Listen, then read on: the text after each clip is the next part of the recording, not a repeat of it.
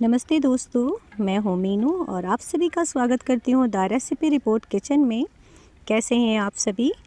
जैसा कि सर्दियों का मौसम आ चुका है और ऐसे में कचौड़ी पकौड़ी ना खाए तो फिर क्या। जी हाँ, मेरा भी स्वभाव कुछ ऐसा ही है। सर्दियों की शाम और चाय के साथ पकौड़े मिल जाए तो क्या ही कहना। और हाँ, मेरी सासू माँ भी मेरी हाँ में हाँ मिलाती हुई, जैसे मैंने बोला मम्मी पकौड़े खाने का मन हो रहा है क्या, उनका भी रिप्लाई आता है, देखना अपने बाग में कितने सारे अरबी के पत्ते निकले हैं। फिर देर किस बात की, दोनों सास बहू ने डिसाइड किया कि आज बनेगा अरबी के पत्तों का पकौड़े। उसकी रेसिपी मैं आप लोगों के साथ शेयर करती हूँ। सबसे पहले मैंने फ्रेश पत्तों को तोड़ा और पानी से धुल करके अलग रख दिया है। और यहाँ पे मैंने लिया 2 चम्मच बेसन, 2 चम्मच चावल का आटा। इसे आप छन्नी से छान सकते हैं। मैंने छान के रखा था इसलिए मैंने डायरेक्ट नाप करके ले लिया है। तो यहाँ पे मैंने दोनों की इक्वल क्वांटिटी ली है, चावल का आटा का भी और बेसन का भी। घर के कुछ बेसिक मसाले डालूंगी इसमें, जैसे कि हल्दी, धनिया, जीरा, लाल मिर्च पाउडर और खटाई पाउडर। हाँ, मैं आप लोगों को से बता दूं, यदि खटाई पाउडर आपके पास ना हो तो इमली का पानी भी डाल सकते हैं। इमली भी ना हो तो आप यहाँ पे नींबू का रस का भी इस्तेमाल कर सकते हैं। नमक स्वादानुसार। यहाँ पे मैंने डाला है अदरक, लहसुन, हरी मिर्च का पेस्ट। ये ध्यान रखने वाली बात होती है, इसमें खटाई की क्वांटिटी थोड़ी ज़्यादा मात्रा में लेते हैं और चटपटा बनाना है तो उसके अकॉर्डिंग लहसुन, अदरक, मिर्च मसालों का प्रयोग आप कर सकते हैं। मैं यहाँ पे 2 लोगों के लिए पकौड़े बना रही हूँ। ज़्यादा पत्तियाँ भी नहीं है मेरे पास। मैंने 6 पत्तियाँ तोड़ा है, जिसमें 4 की मैं एक तरह के पकौड़े बनाऊंगी और 2 पत्तियों से एक तरह के पकौड़े बनाऊंगी, जिससे कि आपको पता चल रहा होगा कि आज पकौड़े 2 तरह के बनने वाले हैं। हाँ जी, तो यहाँ पे फर्स्ट ऑफ ऑल मैंने बेसन को अच्छे से घोल लिया। आप घोलने का तरीका देख रहे हैं, थोड़ा थोड़ा पानी डाल करके एक ही एंगल से मैं चम्मच से इसको घोल लूँगी। या बैटर प्रॉपर थिकनेस के साथ जब तैयार हो जाए तो इसको रेस्ट पे छोड़ देंगे 5 से 7 मिनट के लिए, क्योंकि इसमें एयर इन होता है और ये काफ़ी फ्लफ़ी हो जाता है। मुझे लग रहा था कि बैटर थोड़ा गाढ़ा है तो मैंने थोड़ा सा पानी इसमें और भी इन किया और इसको एक ही डायरेक्शन में घोलते हुए तैयार कर लिया।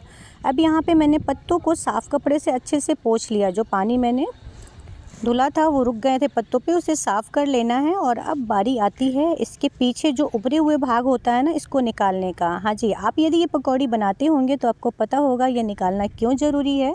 मैं आप लोगों से शेयर कर दूँ, इन पत्तों को पीछे वाले भाग का निकालना इसलिए ज़रूरी होता है क्योंकि ये गले में खराश का कारण होता है और बहुत लोगों को इससे एलर्जी भी होती है।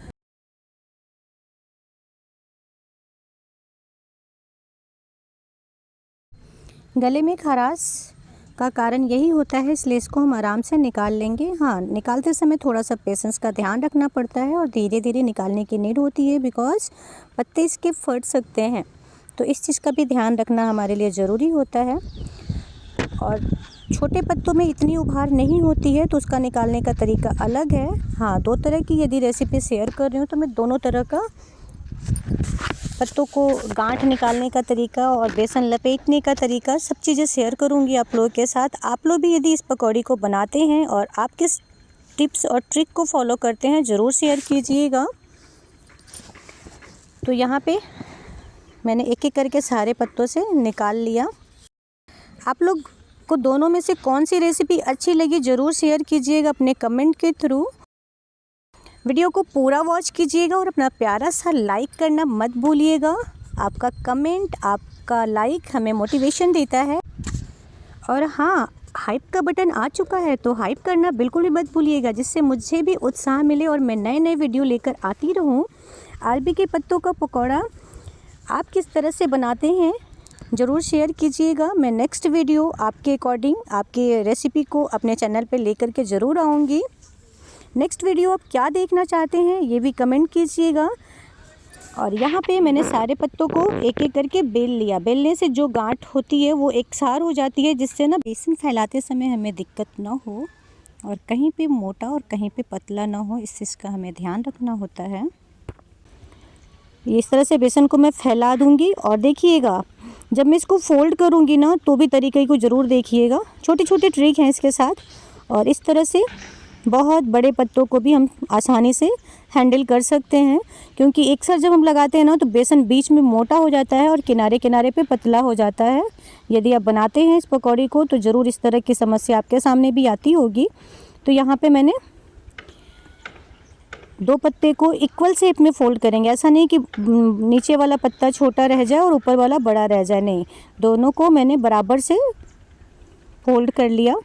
और इसके ऊपर अब तीसरे पत्ते की भी बारी आती है। तो इस तरह से हम बेसन को फैला करके वंस अगेन पत्ता डालेंगे और उसको भी इसी तरह से फ़ोल्ड कर लेंगे। देखिए पत्तों का डायरेक्शन मैं चेंज कर रही हूँ। अब आती है फ़ोल्ड करने की बारी। आपने देखा मैंने दोनों तरफ से इस तरह से फ़ोल्ड किया और फिर इसको छोड़ दिया। इसके पीछे रीज़न ये है कि बेसन एक साथ बराबर से फैल जाए। और अब मैंने इसे आसानी से इस तरह से फ़ोल्ड किया और इसको मैं किसी भी तरह से धागे से नहीं बांधूंगी। इसी प्रोसेस करते समय मैंने पानी बॉयल होने के लिए रख दिया था, उसके ऊपर मैंने छन्नी रखा और यहाँ पे मैंने अरबी के पत्तों को जो रैप करके रखा था उसको भी इस तरह से रख देंगे। अब बारी आती है दूसरे तरीके के पकौड़े कैसे बनेंगे उसके। तो देखिए यहाँ पे मैंने पत्ते ले लिए हैं और एक एक पत्तों को ट्रायंगल शेप देना है हमें। तो इस तरह से हम बेसन को फैला देंगे पत्तों पे। ये 4 पकौड़े मैं बनाऊंगी 2 पत्तों से और सबका फ़ोल्ड करने का तरीका अलग होगा, बट शेप सबका ट्रायंगल ही रहने वाला है। देखिए ये है ना आसान तरीका। हाँ जी, ये तरीके से यदि आप बनाते हैं ना तो आपके बच्चे भी बहुत पसंद से खाएंगे, क्योंकि उनको थोड़ा सा यूनिक शेप मिल जाता है तो अच्छा लगता है। मोस्टली बच्चे हरी सब्जियों को देख के, हरे पत्ते वाली सब्जियां स्पेशली देख करके दूर भागते हैं, तो उनके लिए थोड़ा सा अलग शेप देने से वो भी अट्रैक्ट होते हैं। मैं इसका शेप को चेंज करूँगी जिससे उनको अट्रैक्टिव लगे और वो भी आराम से खा लेंगे।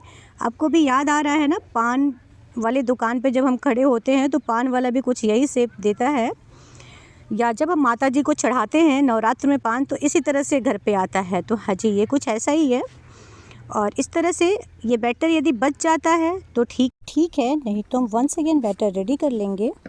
तो बेसन के घोल में हमें कुछ ज़्यादा नहीं डालना है। अब थोड़ा सा हल्दी, नमक और मिर्च डाल के भी घोल सकते हैं, क्योंकि इसके अंदर का मसाला, इसके अंदर जो बैटर हम फैला रहे हैं पत्तों के बीच में, उस काफ़ी चटपटा है और बच्चे बहुत स्पाइसी नहीं खा पाते हैं। तो मैंने थोड़ा सा बेसन फिर से लिया है, नियर अबाउट 2 चम्मच ही, और उसमें कुछ नहीं डाला, बस हल्का सा हल्दी, नमक और लाल मिर्च डाल के घोल तैयार कर लिया। सबकी क्वांटिटी थोड़ा थोड़ा ही रखेंगे। आप चाहें तो बैटर को गाढ़ा भी घोल सकते हैं, आप चाहें तो पतला भी घोल सकते हैं। मैं थोड़ा पतला ही रखूँगी, क्योंकि गाढ़ा घोलने से इसके ऊपर लेयर मोटा हो जाता है तो फिर उसका टेस्ट कम आता है। आप अपने टेस्ट के अकॉर्डिंग ले सकते हैं। और देखिए चारों पकौड़े फ़ोल्ड हो गए हैं। आपने देखा सबका तरीका अलग था फ़ोल्ड करने का, लेकिन शेप सेम आया है। तो बिना देर किए इसे भी हम स्टीम कर लेंगे। और जब तक ये स्टीम हो रहा है तब तक मैं कढ़ाई गरम करूँगी, उसमें तेल डाल दूँगी, क्योंकि बिना देर किए हुए चाय रेडी हो चुकी है। तो पकौड़े भी झटपट तलेंगे और झटपट सर्व करेंगे। तो इसको स्टीम होने में बहुत टाइम नहीं लगने वाला है। कढ़ाई गरम हो रहा है और बैटर भी रेडी हो चुका है। मैं इसे कट करूँगी। जैसे ही देखा मैंने पत्तों का कलर चेंज हो गया है। 5 मिनट हो चुके हैं मीडियम फ्लेम पे, ये अच्छे से कुकड हो चुका है। ये थोड़ा सा हैवी था इसलिए मैंने पहले ही डाला था। और वो पतली पतली पत्तियों वाला जो बनाया है उसको स्टीम होने में बहुत टाइम नहीं लग रहा है। तो देखिए काटते समय मुझे स्ट्रगल करना पड़ रहा है, क्योंकि ये पूरी तरह से ठंडा नहीं हुआ है। जैसा कि मैंने बताया चाय रेडी हो चुका है, तो मैंने भी थोड़ी सी जल्दीबाजी दिखाई यहाँ पे। कोई नहीं, इसे ठंडा होने के लिए रख देंगे। और जो बैटर वंस अगेन मैंने रेडी किया है उसमें इन पकौड़ियों को रैप करेंगे और फिर से इसे फ्राई कर देंगे अच्छे से। फिर से बोले तो पलटते हुए फ्राई कर देंगे दोनों तरफ से। ये पत्ते फूलने लग जाएंगे ऊपर और बहुत ही अच्छा कुरकुरा सा इनका टेस्ट बन के तैयार हो जाता है। तो जब तक वो पकौड़ी तैयार हो रहे हैं तब तक से मैंने इसे फिर से कट कर लिया। ये पूरी तरह से ठंडा नहीं हुआ है, लेकिन जैसा कि चाय रेडी हो चुका है और हमारी सासू माँ इंतज़ार कर रही हैं पकौड़ियों का, तो मैंने भी थोड़ा सा जल्दीबाजी किया यहाँ पे। आप इसको ठंडा करके कट कीजिएगा, इससे आपको कोई भी स्ट्रगल नहीं करना पड़ेगा और ये जल्दी से बन के तैयार हो जाने वाला है। और यहाँ पे सारे पीसेस कट करके हमने अलग रख दिया। और इन पकौड़ियों को देखिए कितना क्रंची हो गया है, कितना देखने में प्यारा लग रहा है। इसे निकाल करके मैं सर्व करूँगी। और नेक्स्ट स्टेप में जो पकौड़ियों को मैंने कट करके रखा है उसे भी बारी बारी से डालेंगे और इसे भी गोल्डन ब्राउन होने तक भून फ्राई कर लेंगे, जिससे ये भी क्रंची और अच्छा सा लुक लेके आ जाए, खाने का स्वाद बढ़ जाए और ज़्यादा। क्योंकि इसको फ्राई करते समय भी ध्यान रखना है, इसका प्रॉपर कलर आना चाहिए। आपको हमारी रेसिपी कैसी लगती है ज़रूर कमेंट कीजिएगा। आप कहाँ से देख रहे हैं ये भी बताइएगा, जिससे हमें पता चल सके हमारे व्यूवर्स कहाँ से हमारे साथ जुड़ रहे हैं। रेसिपी अच्छी लगे तो ज़्यादा से ज़्यादा वीडियो को शेयर कीजिए। चैनल पर नए हैं तो सब्सक्राइब कीजिए, बेल आइकन ऑन कीजिए, जिससे मेरी आने वाली वीडियो का नोटिफिकेशन मिल सके। और देखिए यहाँ पे कितना प्यारा कलर आ चुका है। मैं एक एक करके सबको टर्न कर लूँगी और तब तक वेट करूँगी जब तक दूसरी तरफ से भी अच्छे से ना सिक जाए। तो फाइनली दूसरी तरफ से भी हो चुका है। अब एक तरफ